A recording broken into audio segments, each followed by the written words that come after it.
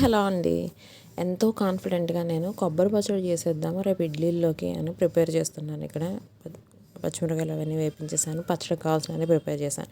కానీ ఇక్కడ చేసిన అతిపెద్ద మిస్టేక్ ఏంటి అంటే ఇడ్లీ రవ్వ అనుకొని ఉప్మా రవ్వ అయితే నానబెట్టేసాను. తీరా అది కలుపుతున్నప్పుడు తెలిసింది జిగురు జిగురుగా ఉంది, ఇది ఉప్మా రవ్వ అని. కానీ ఏం చేయలేక ఆ పిండిలో అయితే ఉప్మా రవ్వ కలిపేసాను అనమాట. మార్నింగ్ చూసుకుందాం ఏవైతే ఏదైందని. పొద్దున్నకి ఇడ్లీ పిండిలాగే చక్కగా పొంగి చక్కగానే ఉంది. కానీ ఇవి ఇడ్లీలు వేస్తే వస్తాయా లేదా అన్నది డౌట్. పొద్దున్నే తిట్లు తినడం ఎందుకు అని చెప్పేసి కామ్గా వాటిని దోశల కింద వేసేసాను.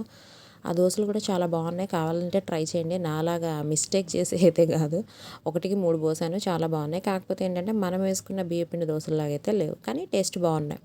ఎప్పుడన్నా మిస్టేక్ జరిగితే ఇలా చేసేసండి, ఏం కాదు. తర్వాత నేను కర్రీ వచ్చేసి బెండకాయ పులుసు చేద్దామని అయితే అనుకున్నా. కానీ ఉల్లిపాయలు అవి వేగిన తర్వాత బెండకాయ ముక్కలు వేసాక టైం ఉంటే పులుసు, లేకపోతే కూర చేసేద్దాం అనుకున్నా. అంతే, ఎప్పుడో అంతే, టైంని బట్టి నా మూడ్ని బట్టి నా వంట ఉంటుంది. ఫైనల్గా కొంచెం టైం దొరికింది. సో వాటర్లో అవి ఉడికిన తర్వాత చింతపండు రసం కూడా పోసేసి దాన్ని ఫైనల్లీ పులుసు అయితే చేసేసా. మా ఆయనకి రోజు బాక్స్ పెట్టాక ఇది పులుసా ఫ్రైయా అంటారు, నాలుకని అడగండి అంటాను. అందులోకి టేస్ట్కి ఉత్తిన తినలేరు కదా, నంచుకుని తినడం కోసం ఇలా పాపడ, తర్వాత బ్యాట్ షేప్ ఉన్న పాపడ అవి వేపేసాను అనమాట. ఇంకా బాక్స్ పెట్టి పంపించేసాను. నేనైతే స్విమ్మింగ్కి వచ్చాను. నా స్విమ్మింగ్ కష్టాలు ఒకటా రెండా? సుఖాన ఉన్న ప్రాణాన్ని దుఃఖాన్ని పెట్టుకోవడం అంటే ఇది. ఫస్ట్ డేస్ బాగానే జరిగింది స్విమ్మింగ్. సెకండ్ డే వచ్చేసి ఆకలి కాకలేకపోతున్నాను, తినేసి వచ్చాను అనమాట. నీళ్ళల్లో ఫస్ట్ డేనే 45 సెకండ్స్ నేను బ్రీత్ హోల్డ్ చేసుకుని ఉంచుకుంటే తినేసి రావడం గురించి 10 సెకండ్స్ కూడా లేకుండా పైకి వచ్చేస్తున్నాను. కోచ్ ఏమైంది, నిన్న బాగా చేసావు కదా మేడం అన్నాడు. ఏం చెప్పుకొని నా కష్టాలు అనుకున్నాను అనమాట. ఆ రోజు సెకండ్ సాటర్డే, ఫస్ట్ డే బాగానే జరిగింది, సెకండ్ డే బాగానే జరిగింది. తర్వాత పూల్ కడగడం అని ఒకరోజు, సండే వచ్చి గ్యాప్ వచ్చేసినాయి మాట. ఇంకా సాటర్డే ఐషీ గడికి ప్రాక్టీస్ అవుతుందని అయితే దాన్ని తీసుకుని వచ్చాను. యాక్చువల్గా ఐషీకి స్విమ్మింగ్ వచ్చేసింది, ఆ రోజు ప్రాక్టీస్ కోసం తీసుకొచ్చాను. దానికి లక్కీలీ 1 డేలో కోచింగ్ అయిపోతుంది అనగా దానికి వచ్చింది మాట స్విమ్మింగ్. అంటే వాళ్ళకి 15 డేస్కి పే చేశాను కదా నేను, 14 డేస్కి వచ్చింది. అంటే మధ్యలో సండేస్ అవి 2 వచ్చినట్టున్నాయి. కోచ్ వాళ్ళు లేకుండానే వీళ్ళు ప్రాక్టీస్కి అయితే తీసుకెళ్ళేదాన్ని వీళ్ళనైతే నేను. ఫైనల్గా ఐషీ కూడాను చక్కగా నేర్చేసుకుంది ప్రాబ్లం లేకుండా.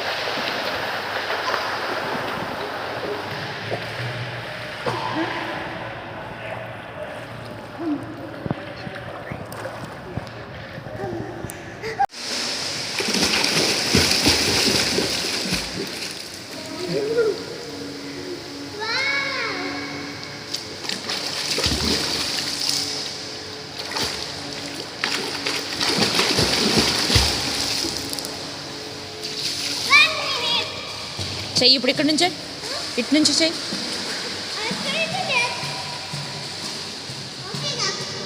ఇంకొంచెం వెనక్కి వెళ్ళి, ఇంకొంచెం ఓకే ఓకే.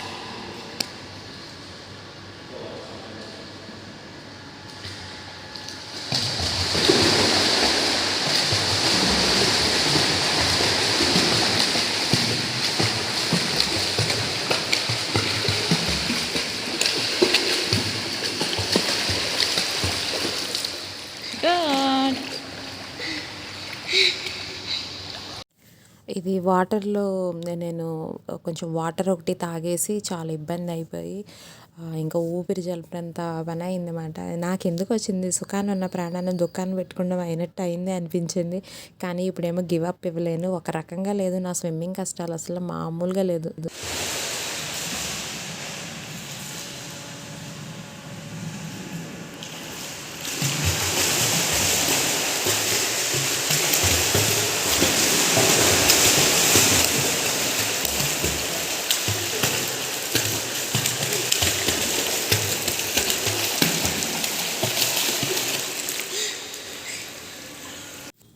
ఐషి ఇంకా 1 డే ఇంకా 2 డేస్ ముందు కూడానే ఇలాగ కికింగ్ ప్యాడ్‌తోనే చేసేదనమాట. తర్వాత కోచ్‌ని చేంజ్ చేశాను భయపడుతుందని చెప్పేసి. అంతే 1 డేలో బానే వచ్చేసింది చక్కగా.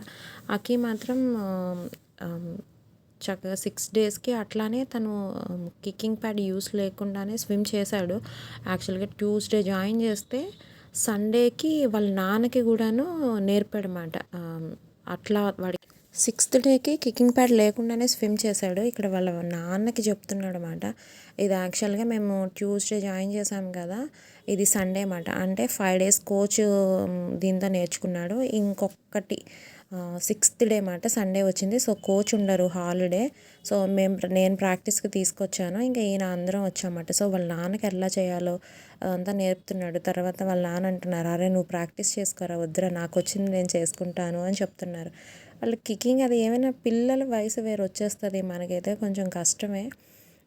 ఈయన మాత్రం తిప్పలు పడుతున్నారు మామూలుగా కాదు. అసలు ఆ కికింగ్ ప్యాడ్‌తో చేస్తున్నారు కానీ అసలు కాళ్ళు అది కొట్టట్లే, తేల్చలేదు. అదే చెప్తున్నాను కదా, దానికి ప్రాక్టీస్ ఉండాలి. నా దరిద్రం ఏంటంటే నాకు ఫ్లోటింగ్ వచ్చింది. నాకు కిక్ చేయడం పర్ఫెక్ట్‌గానే చేస్తున్నాను. బ్రీత్ అవుట్ కూడా పర్ఫెక్ట్‌గానే ఉంది. కానీ నాకు వాటర్ అంటే చాలా భయం చెప్పాను కదా. చూడండి ఇక్కడ అక్కి 6థ్ డేనే వాడు ఓన్గా స్విమ్ చేస్తున్నాడు ఫ్రీ స్టైల్. చూడండి కికింగ్ ప్యాడ్ యూజ్ చేయకుండా చేస్తున్నాడు. నాకు వాటర్ అన్న భయానికి ఏమవుతుందంటే డైరెక్ట్ అలా వాటర్లోకి ఇలా ఫ్లోట్ అవ్వడానికంటే రాడ్ పట్టుకొని చేస్తే ఓకే. ఆ రాడ్ వదిలేసానా అంతే ఇంకా. కాళ్ళు కొట్టాలి అన్న విషయం మర్చిపోతున్నాను. నేను నేను బ్రీత్ హోల్డ్ చేసి పెడితే నేను ఫ్లోట్ అవుతాను. ఆ విషయాలన్నీ మర్చిపోయి వెతికేస్తున్నాను చేతులు పైకి పెట్టుకుని. నన్ను ఎవరైనా కాపాడతారా, నాకు ఏదైనా దొరుకుద్దా అన్నట్టు ఎదురు చూస్తున్నాను. కోచ్ 2 టైమ్స్ పట్టుకున్నాడు చేతులు. థర్డ్ టైం వచ్చేసి వదిలేశాడు నీళ్ళల్లో. ఇంకా నీళ్ళల్లో కూడా పాడేస్తాను, నువ్వు మాట వింటలేదని బెదిరించాడు. అలా చేస్తే నేను రానని నేను కూడా చెప్పాను. ఈ బుడ్డోడు చూడండి మా ఆయన దెబ్బకి స్విమ్మింగ్కి అవతలకు దూకేసి వెళ్ళిపోయాడు దెబ్బంట. ఇది ఆ రోజు మాకు చాలా ఫన్నీగా అనిపించింది. ఐషికి మాత్రం కోచ్ లేకపోయేసరికి చాలా ఫ్రీగా, అంటే ఐషి కూడా నాలానే ఏదైనా దానికి నచ్చాలి, దానికి వీలుగా ఉంటే చేస్తుంది అనమాట. సో, కోచ్ ఈ పూల్లోకి రానివ్వడు, నచ్చింది చేయనివ్వడు కదా. అందు గురించి ఇప్పుడు కోచ్ లేరేమో ఇంకా దాని ఇష్టం అన్నమాట. వాటర్లో ఆడుకుంటుంది. అట్లా ఆడుకుంటూనే వాటర్ని అలవాటు చేసుకుని వచ్చేస్తుంది. అదే జరిగింది ఐషి విషయంలో. వాళ్ళ నాన్న చిన్నది కాదు నాన్న ఇందులోకి రా అని చెప్పి తీసుకొచ్చి చేపిస్తున్నారన్నమాట. అట్లా వాటర్ని అలవాటు చేసుకుంటుంది నిదానంగా. బ్రీతింగ్ తీసుకుంటాం, బబ్లింగ్ చేయడము అవన్నీ నేర్చుకుంటుంది. సేమ్ ఐషి నాలానే మాట. నేను ఐషిని చూసి కూడాను తను వాటర్కి అంత ఇబ్బంది పడి భయపడింది అన్నప్పుడైనా అయిపోవాల్సింది. మా బుడ్డదంటే మాకి వాళ్ళ అన్న ఏదో నేర్చుకోవాలి, నేను ఎందుకు నేర్చుకోకూడదని అది ఆవేశపడింది అనుకో. వీళ్ళిద్దరిని చూసి నేను ఎందుకు ఆవేశపడ్డాను నాకు అర్థం కావట్లేదు. ఇప్పుడు మామూలుగా లేదు. నాకు అసలు ఎట్లా ఉందంటే మానేద్దాము అంటే నా ఫ్రెండ్ నాతో పాటు వస్తుంది. పాపం తన అన్యాయం అయిపోతుంది. మధ్యలో మానేయడానికేమో గివప్ ఇవ్వాలని నాకు అనిపించట్లేదు. ఇంకొకటి ఏంటంటే పరువు పోతుంది మధ్యలో మానేయడం ఎలాగా. డబ్బులు కట్టాను అదొకటి. డబ్బులు కట్టిన దానికి కూడా పెద్ద ప్రాబ్లం ఏం కాదు. నేను మనీ పే చేసేటప్పుడే ముందే చెప్పాను అనమాట. నాకు భయం వేస్తే నేను నా తరపున పిల్లలు కానీ మా హస్బెండ్ కానీ వస్తారు అని చెప్పాను. ఎందుకు మేడం భయం, అదేం ఉండదు అందరికీ వచ్చేస్తుంది అన్నారు. బట్ మా కోచ్ ఫస్ట్ చూసి 15 డేస్లో వస్తుందని చెప్పాడు. నా కికింగ్ అవన్నీ ఫ్లోటింగ్ అన్నీ చూసి ఇప్పుడు అంటున్నాడు 1 మంత్ అయినా ఇక్కడే ఉంటావు నువ్వు, అస్సలు చెప్పిన మాట వింటలేదు అని చెప్పాడు. ఫస్ట్ డే అసలు నేను స్విమ్ చేయగలనా లేదా అనడానికి ఒక సండే పిల్లలతో పాటు ఈయన అందరం కలిపి వెళ్ళామన్నమాట. అప్పుడు వాటర్ని అలవాటు చేసుకోవడానికే నాకు హాఫ్ అన్ అవర్ పట్టింది. అసలు నాకు కుదరదంటే అక్కి అస్సలు ఊరుకోడు. అమ్మ నేను ఉన్నాను కదా, నీకెందుకు, నేను చెప్తాను, అసలు కాళ్ళు పైకి పెట్టి ఇలా కిక్కింగ్ చేయాలంటే అరే వాటర్ నా ముఖానికి తగలంగానే నాకు అసలు ఊపిరి ఆడట్లేదు, నా వల్ల అవ్వట్లేదు, నేను చెయ్యను అని నేను గోల్ చేశాను అనమాట. అక్కడ చుట్టుపక్కల ఉన్న పిల్లలు కూడా లేదా ఆంటీ చాలా ఈజీ అలా ఇలా అని ఎంత చెప్పారో, అసలు ఎంత చెప్పినా కూడాను నేను చేయనంటే చేయను, చేయనంటే చేయను అన్నాను. కానీ అక్కి ఇది చూసి వాడు అంత ఇదవుతున్నాడు, వాడి కోసం ఏదన్నా చెయ్యాలి అని ట్రై చేశాను అనమాట.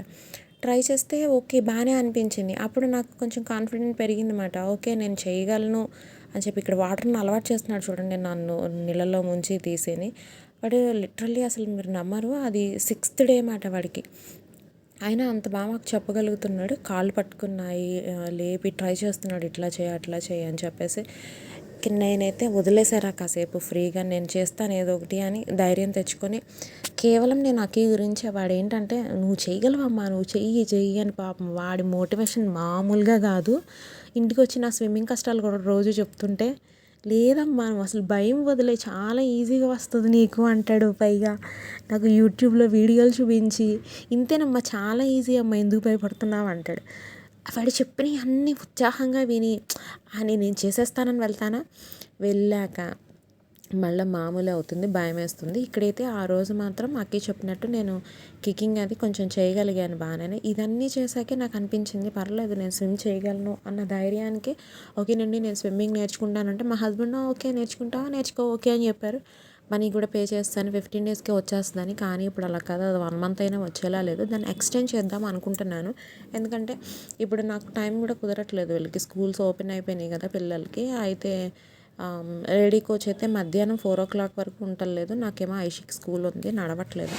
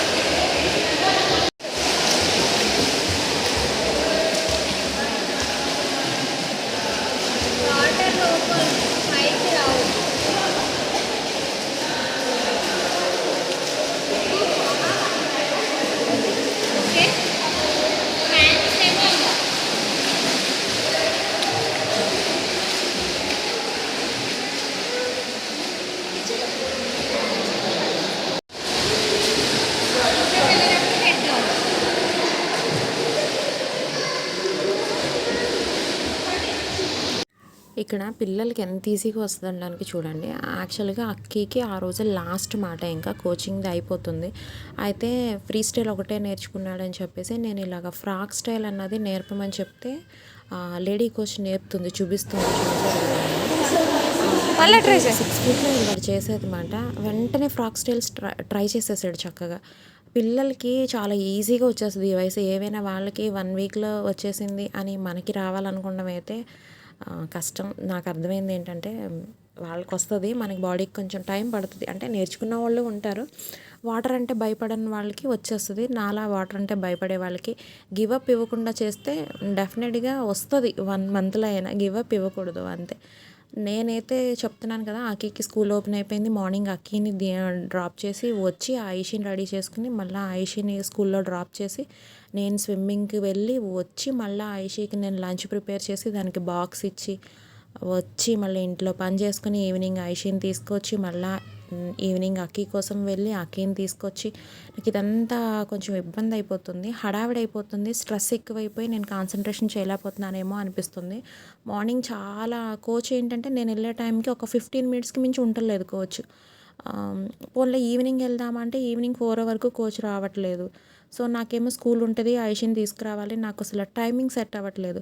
వితౌట్ కోచ్కి వెళ్ళిపోదామా, అక్కడ ఎవరొకరు పూల్లో చేసుకున్నట్టు వాళ్ళని చూసి నేర్చుకుందామా అన్న ప్లానింగ్లో ఉన్నాను. అసలు కోచ్తోనే రావట్లేదంటే వితౌట్ కోచ్ వస్తుందా, మళ్ళీ ఈ డైనమాలో ఉన్నాను.